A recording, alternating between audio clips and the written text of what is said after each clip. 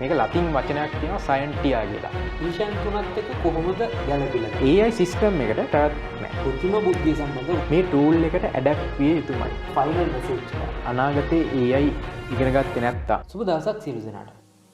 අද දවසේ අපි කතා කරන්න බලාපොරොත්තු වෙන්නේ ලෝකයේ වැඩිපුරම කතා කරන මාතෘකාවක් සම්බන්ධයෙන්. ඒ තමයි ආටිෆිෂල් ඉන්ටෙලිජන්ස්. නැත්නම් කෘත්‍රිම බුද්ධිය. ගොඩක් අයට මේ වෙලේ තියෙන ප්‍රශ්නයක් තමයි මේ කෘත්‍රිම බුද්ධිය මගින් මගේ රැකියාව නැති වෙයිද? මගේ රැකියාව රීප්ලේස් වෙයිද කියන මාතෘකාව. ඉතින් අද දවසේ අපි ඒ සම්බන්ධව තමයි කතා කරන්න සූදානම් වෙලා ඉන්නේ. මේ සම්බන්ධයෙන් අද දවසේ අපිත් එක්ක කතා කරන්න අපි ආරාධනා කරලා තියෙනවා AI robotic software engineering කියන මේ ශාස්ත්‍රයන් තුනේම එක්ස්පර්ට් කෙනෙක්. අවුරුදු ගානක අත්දැකීම් තියෙන පුද්ගලෙක්. ඉෂාරත් උබේගොන් මහත්මයා. ඔබ දවසක් ඔබතුමාට. සුබ දවසක්. ඉෂාර මහත්මයා මේ දවස්වල ගොඩක් අයට තියෙන ප්‍රශ්නේ තමයි මේ AI ශාස්ත්‍රයත් එක්ක එයාගේ රැකියාවට හානියක් වේද? එහෙම නැත්නම් AI ශාස්ත්‍රය මගින් රැකියාව එයාගේ රීප්ලේස් වෙයිද කියන ප්‍රශ්න. ඉතින් මම කැමති ඔබතුමාගේ අදහස දැනගන්න ඒ සම්බන්ධයෙන්. ඇත්තෙන්ම මේ දශකයේ තියෙන ප්‍රධානතම ප්‍රශ්නය තමා ඔබ ඇහුව ප්‍රශ්නය. ඒ කියන්නේ AI මගින් මගේ ජොබ් එක රීප්ලේස් වෙයිද? එහෙමත් නැත්නම් මට ඉදිරියේදී මගේ ජොබ් එක නැති වෙයිද? නැත්නම් ඉස්සරහට මට කරන්න දෙයක් නැති වෙයිද? මේ AI වල ආගමනයත් එක්ක ලෝකේ ලංකාව විතරක් නෙවෙයි ලෝකයේ සියලුම මිනිස්සු ගොඩකගේ තියෙන ප්‍රශ්නයක් තමයි මේක. ඇත්තම කියනවා නම් එහෙම වෙන්නේ නැහැ. සරල උත්තරේ තමයි ඒක. මොකද ඒකට හේතුව AI කියලා කියන්නේ මිනිසුන්ගේ වැඩ පහසු කර ගැනීම සඳහා සාධන ලද ටූල් එකක් විතරයි. නැත්තම් මෙවලමක් විතරයි. උදාහරණයක් ගත්තොත් එහෙම අපි දන්නවා කැල්කියුලේටර්. දැන් මීට අවුරුදු දශක ගණනාවකට කලින් මිනිසුන් විසින්ම නිෂ්පාදනය කරන යන්ත්‍රයක් තමයි මේ ගණක යන්ත්‍රය නැත්නම් කැල්කියුලේටර්. කැල්කියුලේටර් ආගමනයත් එක්ක මිනිසුන් හිතුවනම් මැතමැටිෂියන්ලා නැත්තම් ගණිතඥයෝ නැත්තම් ගණිත ගුරුවරු මේ කැල්කියුලේටර් මගින් රීප්ලේස් වෙයි කියලා. ඇත්තම කිව්වොත් ඒක අද වෙලා නැහැ. කැල්කියුලේටර් මගින් ඇත්තටම වෙලා තියෙන්නේ මේ ගණිත කර්ම පහසු කිරීමක් පමණයි. ඇත්තම කිව්වොත් අද පාසල් ළමයි පවා කැල්කියුලේටර් යූස් කරනවා. ඇත්තම කිව්වොත් ඒක වර්ෂන් එක අප්ග්‍රේඩ් වෙලා නැත්තම් ඒකේ ඉදිරි ප්‍රවණතාවයක් විදිහට අපි ෆෝන් එක යූස් කරත් ෆෝන් එකකින් වුණත් අපිට මේ කැල්කියුලේටර් යූස් කරන්න පුළුවන්. ඒකෙන් වෙලා තියෙන්නේ ගණිතඥයෝවත් ගණිත ගුරුවරුවත් මේ ගණිතය කියන සබ්ජෙක්ට් එකවත් රීප්ලේස් වීමක් නෙවෙයි. ඇත්තට වෙලා තියෙන්නේ අපේ මේ වැඩ පහසු කර ගැනීමක් පමණයි. ඇත්ත තමයි ඉෂාර මහත්මයා මේ ඔබ කිව්ව කාරණේ. මොකද AI තාම දියුණු වෙලා තිබ්බට මනුස්සයෙක් නෙවෙයි AI කියන්නේ. තාම ඒ සිතුම් ප්‍රතුම් ඒ සිතුවිලි කිසිම දෙයක් නැහැ. හැබැයි AI වලින් අපිට වැඩ ගන්න පුළුවන්. ඒ වැඩ ටික කරගන්න මනුස්සයෙක් ඉන්න ඕනේ. ඉතින් ඉෂාන් මහත්මයා මේ ඒත් එක්ක මේ දැන් මේ AI එහෙම නැත්නම් කෘත්‍රිම බුද්ධිය ගැන අපි කතා කරන්නේ නැද්දී තව නිකන් මේ සමාජයේ වචන ටිකක් තියෙනවා. එකක් තමයි කම්පියුටර් සයන්ස්, ඊට පස්සේ ඉන්ෆර්මේෂන් ටෙක්නොලොජි එහෙම නැත්නම් IT කියනවා අපි. ඒ වගේම සොෆ්ට්වෙයාර් ඉංජිනේරින් කියලා දෙනවා. මෙන්න මේ ශාස්ත්‍ර දැන් කීපයක් කියලා තමයි හිතෙන්නේ. ඇත්තටම ඉෂාන් මහත්මයා මේ කියන්නේ ශාස්ත්‍ර තුනක්ද? එහෙම නැත්නම් ඉගෙන ගන්න තියෙන විෂයන් තුනක්ද? මොකක්ද මේ? ඇත්තටම හොඳ ප්‍රශ්නයක්. මොකද මේක සමාජයේ ගොඩක් අයට තියෙන විශාල කන්ෆියුෂන් එකක්. මම ඔයාලට සරලව පැහැදිලි කරන්නම්. අපි කම්පියුටර් සයන්ස් ගමුකෝ. ඇත්තටම මේක අපි කම්පියුටර් සයන්ස් නැත්තම් පරිගණක විද්‍යාව කියලා කියන්න පුළුවන් අපිට. ඒ කියන්නේ විද්‍යාවක්, සයන්ස් එකක්. ඕනෑම සබ්ජෙක්ට් එකකට මේ සයන්ස් කියන වචනේ දැම්මහම ඒකේ මීනින් එක තමයි දැනුම් පද්ධතිය. ඒකේ මීනින් එක තමයි දැනුම් පද්ධතිය. ඉගෙන මේ සයන්ස් කියන වචනය නැත්තම් අරුත එන්නේ මේකට. මේක ලතින් වචනයක් තියෙනවා සයන්ටියා කියලා. මේ සයන්ටියා කියන වචනයෙන් තමයි මේ සයන්ස් කියන එක කැඩලා එන්නේ. ඇත්තටම මේ ලතින් වචනේ අර්ථය තමයි දැනුම. ඒක සරලව කිව්වොත් එහෙම කම්පියුටර් සයන්ස් කියලා කියන්නේ පරිගණක සම්බන්ධ දැනුම. මේ දැනුම නිර්මාණය කරන සබ්ජෙක්ට් එක නැත්තම් විෂයපතේ තමයි සයන්ස් කියලා කියන්නේ. සයන්ස් දැනුම. ඒතර පරිගණක සම්බන්ධව දැනුම නිර්මාණය කරන විෂයපතේ තමයි කම්පියුටර් සයන්ස් කියලා කියන්නේ. සරලව කිව්වොත් අපි ෆිසික්ස් කියලා කියනවා. Physical science. එතකොට භෞතික විද්‍යාව සම්බන්ධ දැනුම. දැනුම නිර්මාණය කරන සබ්ජෙක්ට් එක තමයි ෆිසික්ස්. නැත්නම් බයෝ සයන්ස් කියලා කියනවා. නැත්නම් ජීව විද්‍යාව. ජීවීන් සම්බන්ධව දැනුම නිර්මාණය කරන දැනුම සොයාගන්න විද්‍යාව තමා බයෝසයින්ස් නැත්නම් ජීව විද්‍යාව. ඒතර ඒ වගේ තමා කම්පියුටර් සයන්ස් කියලා කියන්නේ මේ පරිගණක සම්බන්ධ දැනුම නිර්මාණය කරන විෂයපතය. ඒතර සරලව කිව්වොත් එහෙම මේ පරිගණක සම්බන්ධ දැනුම නිර්මාණය කිරීමේදී මේ විෂයපතය තුල ඇල්ගොරිතම්ස්, මැතමැටික්ස්, ලොජික්ස් මේ සියලුම දේවල් තියෙනවා. ඒතර කම්පියුටර් සයන්ස් කියන්නේ හුදෙක්ම ඇල්ගොරිතම්ස්. අපි කියනවා කම්පියුටර් භාෂාවෙන් කියනවා නම් ඇල්ගොරිතම්ස් කියලා කියනවා. ඊට පස්සේ ලොජික්ස්, තර්ක මත තමයි මේ කම්පියුටර් සිස්ටම් එක නිර්මාණය වෙන්නේ. සහ ඊළඟට අපි තව වචනයක් කියනවා ලොජික්ස්, තර්ක, ඇල්ගොරිතම්ස්, ලොජික්ස් මේ දේවල් වලින් තමයි මේ කම්පියුටර් සයන්ස් කියන නිර්මාණය වෙන්නේ. ඒ කම්පියුටර් සයන්ටිස්ට්ලා ඉන්නවා, පරිගණක විශේෂඥයෝ. මෙයාලා තමයි මේ විද්‍යාඥයෝ තමයි මේ පරිගණක සම්බන්ධ දැනුම නිර්මාණය කරන්නේ. දැනුමේ නිර්මාණකයන් තමයි මේ කට්ටිය. අපි දන්නවා මුලින්ම කම්පියුටර් එක එන්න කලින්, පරිගණකෙ එන්න කලින් අපි ට්‍රාන්සිස්ටර්ස් යූස් කරලා බේසික් නැත්නම් මූලික ගණයේ පරිපථ නිර්මාණය කරා. ට්‍රාන්සිස්ටර්ස් අප්ග්‍රේඩ් වෙලා ඊට පස්සේ IC වලට ආවා. IC යුගයේ පහු කරලා මයික්‍රෝ කන්ට්‍රෝලර්ස් වලට ආවා. ඒතර මයික්‍රෝ කන්ට්‍රෝලර්ස් වලට ආවෙන් පස්සේ තමයි මේ කම්පියුටර් කියන ටෙක්නොලොජිය ඩෙවලොප් වුනේ. ඒකත් එක්ක තමයි මේ කම්පියුටර් නැත්නම් පරිගණක සම්බන්ධ අලුත් දැනුම නිර්මාණය වීම තමයි මේ කම්පියුටර් ෆීල්ඩ් එකේ ඉස්සරහට යන්න ප්‍රධාන බලය සපයන්නේ. මේ ප්‍රධාන බලය සපයන ප්‍රධාන දැනුම නිර්මාණය කරන පද්ධතිය තමයි නැත්නම් විෂයපතේ තමයි කම්පියුටර් සයන්ස් කියලා කියන්නේ. ඊළඟට අපි කතා කරොත් එහෙම ඔබ ඇහුවා වගේ ඊළඟ සබ්ජෙක්ට් එක තමයි අපි කතා කරන්නේ software engineering. ඉතින් මේක අපි නමින්ම තේරෙනවා engineering. engineering subject ගත්තොත් එහෙම civil engineering තියෙනවා, electronic engineering තියෙනවා. මේ ඔක්කොම engineering ගත්තොත් අපි සමාජයේ බහුලව භාවිතා කරන ඉංජිනේරුවා කියන වචනය. ඉංජිනේරුවෙක් සාමාන්‍යයෙන් කරන්නේ මොකක් හරි නිර්මාණයක් කරන්නේ.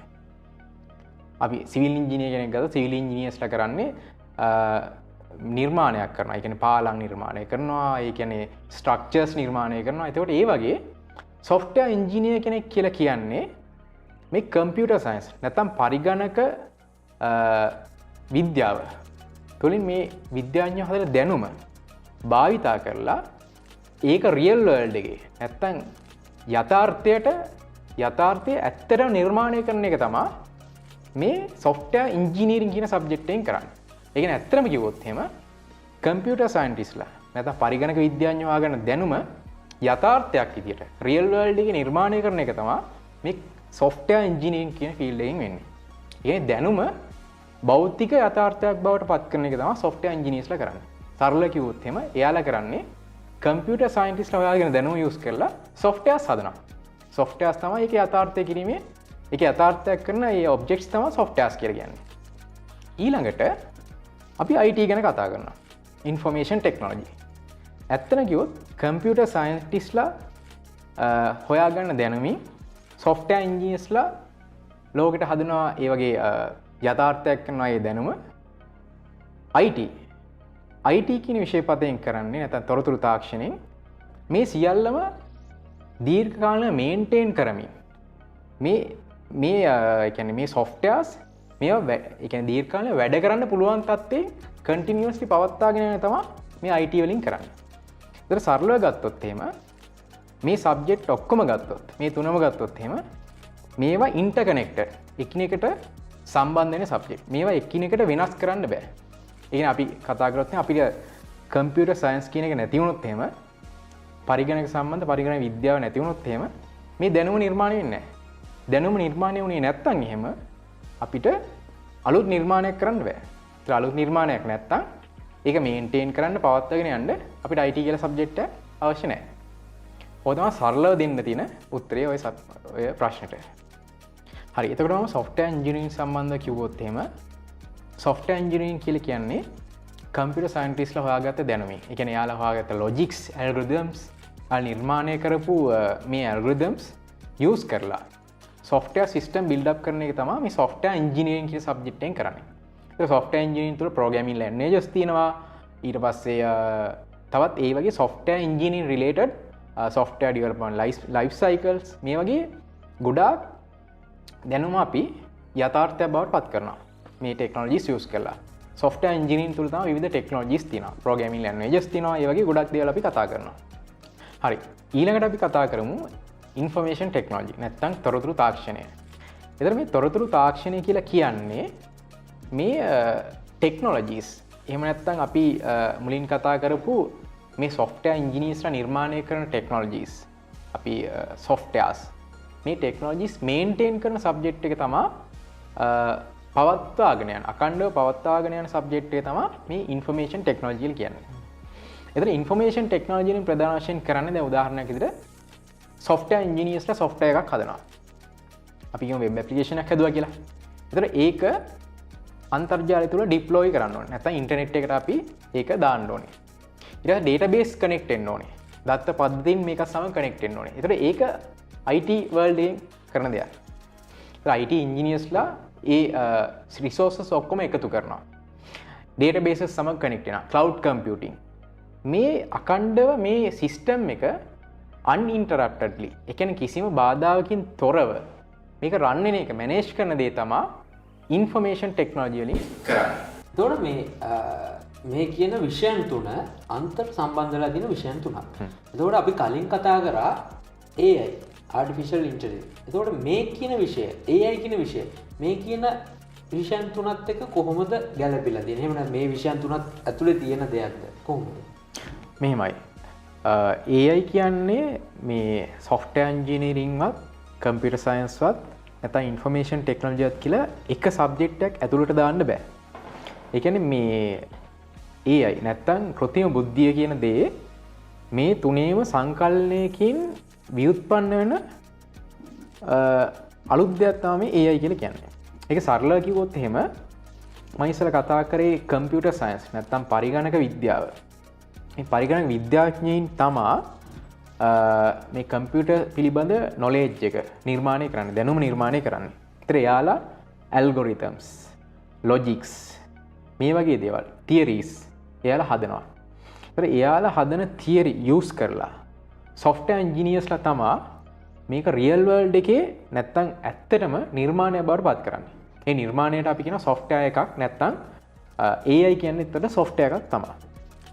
එතකොට දැන් උදාහරණයක් ගත්තොත් හැමෝම දන්න දේවල් මේ generative AI, ChatGPT තියෙනවා, Gemini තියෙනවා, DeepSeek තියෙනවා, ඒ වගේ AI applications තියෙනවා. එතන මේ වගේ එකක් හදන්න software engineersලා use කරනවා මේ computer scientistලා නිර්මාණය කරපු දැනුම. එතන theories මේවා use කරලා තමයි මේ software engineers මේවා හදන්නේ. ඒක software engineering කියලා කියන්නේ මේවා real world එකේ object එකක් විදිහට හදන නිර්මාණ ශිල්පීන් software engineersලා කියලා කියන්නේ. ඒතර මේ field එක තමයි software engineering කියලා කියන්නේ. නමුත් මේක මේ software එකක් විදිහට නැත්නම් AI tool එකක් විදිහට හැදුවට මේකට අවශ්‍ය කරන services මේක run වෙන්න අවශ්‍ය කරන දේවල් මේ නඩත්තු කිරීම continuously මේවා update කිරීම මේක ඇත්තටම මේ IT තුලින් දිගටම ඒ කියන්නේ නඩත්තු වෙන දෙයක්. එතකොට IT කියන විශේෂයෙන් කරන්නේ මේකට අවශ්‍ය databases, cloud computing, cloud systems මේවා සම්පාදනය කරලා දෙන එක. networking. එතකොට මේ සියලුම දේවල් නැත්තම් මේවා manage වෙන්නේ නැත්තම් maintain වෙන්නේ නැත්තම් IT use වෙලා ඒතර මේ AI system එකට පැවැත්මක් නැහැ. ඒ උදාහරණයකට කිව්වොත් ChatGPT ගත්තොත් එහෙම මේක run වෙන්නේ servers වල. server computers වල run වෙන්නේ. ඒතර database systems වෙනම තියෙනවා. මේ හැම දෙයක්ම interconnected කරලා අන්තර් සම්බන්ධ කරලා නඩත්තු කිරීම තමයි මේ IT කියන ෆීල්ඩ් එකේ තියෙන ප්‍රධාන වගකීම. ඒතර මේ ශේෂ්ත්‍රයන් තුනම අන්තර් සම්බන්ධ වෙලා නිර්මාණය කරන ප්‍රොඩක්ට් එකක් තමයි මේ AI එකක් කියලා කියන්නේ. නැත්නම් AI කියන මේ නමින් හඳුන්වන්නේ මේ මෙයාලා එකතු වෙලා සම්බන්ධ වෙලා කරන මේ ප්‍රොඩක්ට් එක. ඒතර ඒක තමයි මේ AI tool එකක් නැත්නම් AI එකක් කියලා කියන්නේ. ඒතර මේ තුනෙන් අපිට වෙන් කරලා ගත්තොත් එහෙම AI එකක් එහෙම හඳුන්වන්න බෑ අපිට. වෙන් කරලා හඳුන්වන්න බෑ. මේ තුනේම සංකලනයක් තමයි අපි AI කියලා කියන්නේ. ඊහර මහත්මයා ඒකට දැන් අපි කෘත්‍රිම බුද්ධිය සම්බන්ධව ගොඩක් දේවල් කතා කරා මේ වෙද්දි. ඉතින් මම කැමතියි මේ ඔබතුමා මේ ෆීල්ඩ් එකේ මේ ශාස්ත්‍රයත් එක්ක කාලයක් ඉන්න නිසා ඔබතුමාගේ තියෙන අත්දැකීම් එක්ක දැන් මේ වීඩියෝ එක බලන පිරිසකුත් ඉන්නවනේ. මේ වීඩියෝ එක බලන පිරිසට ඔබතුමාගෙන් උපදෙසක් ලබා දෙනවා නම් හොඳයි කියලා හිතන මොන වගේ උපදෙසක්ද දෙන්න පුළුවන්? ඔව් හරිම සරලයි. මේක බලන කට්ටියට කියන්න තියෙන විශේෂයෙන්ම බලන සිසුයන් ඉන්නවා පාසල් යන ඔබගේ අනාගත කම්පිටිෂන් එක නැත්නම් තරඟය තියෙන්නේ ඔයාලගේ ළඟම ඉන්න යාළුවත් එක්ක නැත්නම් ඉස්කෝලේ යාළුවත් එක්ක නෙවෙයි අනාගතේ. ඇත්තටම කිව්වොත් එහෙනම් මේ ක්ලාස්මේට් කම්පිටිටර් කරනවට වඩා මෙතනදී ඇත්තටම කිව්වොත් ඔයාලා සලකා බලන්න ඕනේ අනාගතයේදී ඔයාලට ඇත්තටම තරඟය තියෙන්නේ මේ කෘත්‍රිම බුද්ධිය කියන විෂයපතය අධ්‍යයනය කරපු ඒ සම්බන්ධ දැනුමක් තියෙන එක්ස්පීරියන්ස් එකක් තියෙන අධ්‍යයනයක් තියෙන කෙනත් එක්ක තමයි ඔබට ඇත්තටම තරඟය තියෙන්නේ. එයත් එක්ක තමයි ඔබට ඉදිරියේදී රැකියාවක් ලබා ගැනීමේදී තරඟය තියෙන්නේ. ඔබ ඉදිරියේදී ඔබගේ ශාස්ත්‍රය සම්බන්ධව ඔබ යන ශාස්ත්‍රයේ තරඟය නිර්මාණය වෙන්නේ ඇත්තටම AI පිළිබඳ නොලෙජ් එක තියෙන කෙනත් එක්ක තමයි. මට මේ ඔය කතා කරන්නේ නැති මට නිකන් ආවුද දැන් මේ ශාස්ත්‍රයත් එක්ක යන පිරිසක් ඉන්නවනේ මේ වෙද්දී. ඒ කියන්නේ රැකියාගත වෙලා ඉන්න පිරිසක් ඉන්නවා. ඒතකොට ඒ අය දැන් අපි කතා කරේ ඔබතුමා කතා කරපු විදිහට මේක දරුවන්ට තමයි මේක හොඳයි කියලා හිතෙනවා. හැබැයි දැන් රැකියාගත වෙලා ඉන්න අයට කොහොමද ඔබතුමාට උපදෙස් දෙන්න පුළුවන්? ඔව් මෙහෙමයි. දැනට රැකියා ගත්තොත් එහෙම අපි ප්‍රධාන වශයෙන් වෘත්තීන් ගොඩක් දැන් ලංකාවේ තියෙන ලංකාවේ ලෝකයේ ගත්තත් ගොඩක් ශිෂ්‍යාව ගත්තොත් එහෙම ගොඩක් අම්මලා තාත්තලා පෝස්ට් කරනවා ඩොක්ටර් කෙනෙක් වෙන්න, ඉංජිනියර් කෙනෙක් වෙන්න, ටීචර් කෙනෙක් වෙන්න, නර්ස් කෙනෙක් වෙන්න. මේ වගේ ට්‍රැඩිෂනල් වෘත්තීන් වලට යන්න කියනවා.